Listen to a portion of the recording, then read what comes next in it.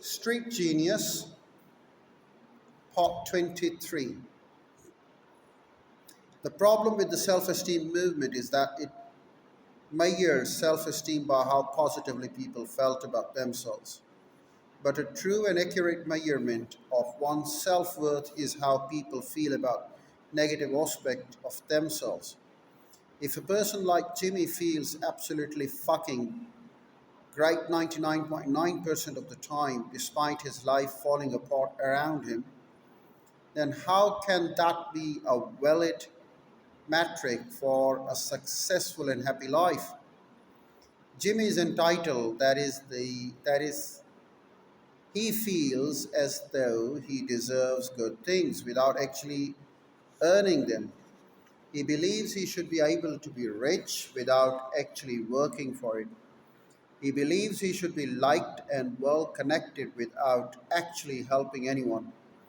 He believes he should have an amazing lifestyle without actually sacrificing anything. People like Jimmy become so fixated on feeling good about themselves that they manage to delude themselves into believing that they are accomplishing great things even when they are not.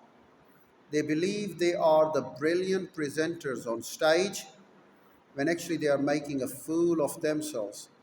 They believe they are successful startup founders when in fact they've never had a successful venture. They call themselves life coaches and charge money to help others, even though they're only 25 years old and haven't actually accomplished anything substantial in their lives. Entitled people exude a delusional degree of self confidence. This confidence can be alluring to others, at least for a little while. In a little while, it can be alluring to others, at least for a little while.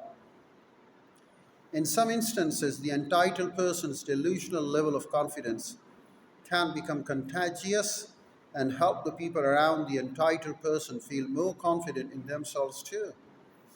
Despite all of Jimmy's shenanigans, I have to admit that it was fun hanging out with him sometimes. You felt undestructible around him.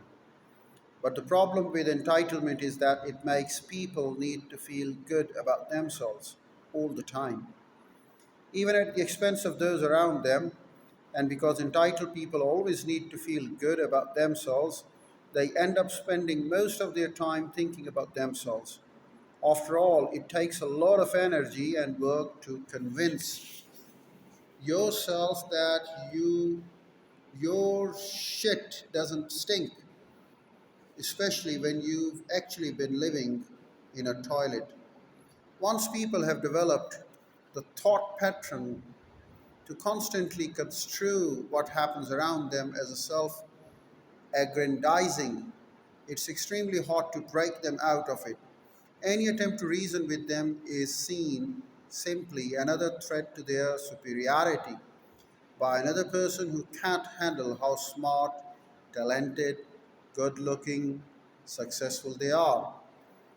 Entitlement closes in upon itself in a kind of narcissistic bubble, distorting anything and everything in such a way as to reinforce itself. People who feel entitled view every occurrence in their life as either an affirmation of or a threat to their own greatness. If something good happens to them, it's because of some amazing feat they accomplished. If something bad happens to them, it's because somebody is jealous and trying to bring them down to a notch. Entitlement is impervious. People who are entitled delude themselves into whatever feeds their sense of superiority. They keep their mental facade standing at all cost, even if it sometimes requires being physically or emotionally abusive to those around them. But entitlement failed strategy is just another high. It's not happiness for true reasons.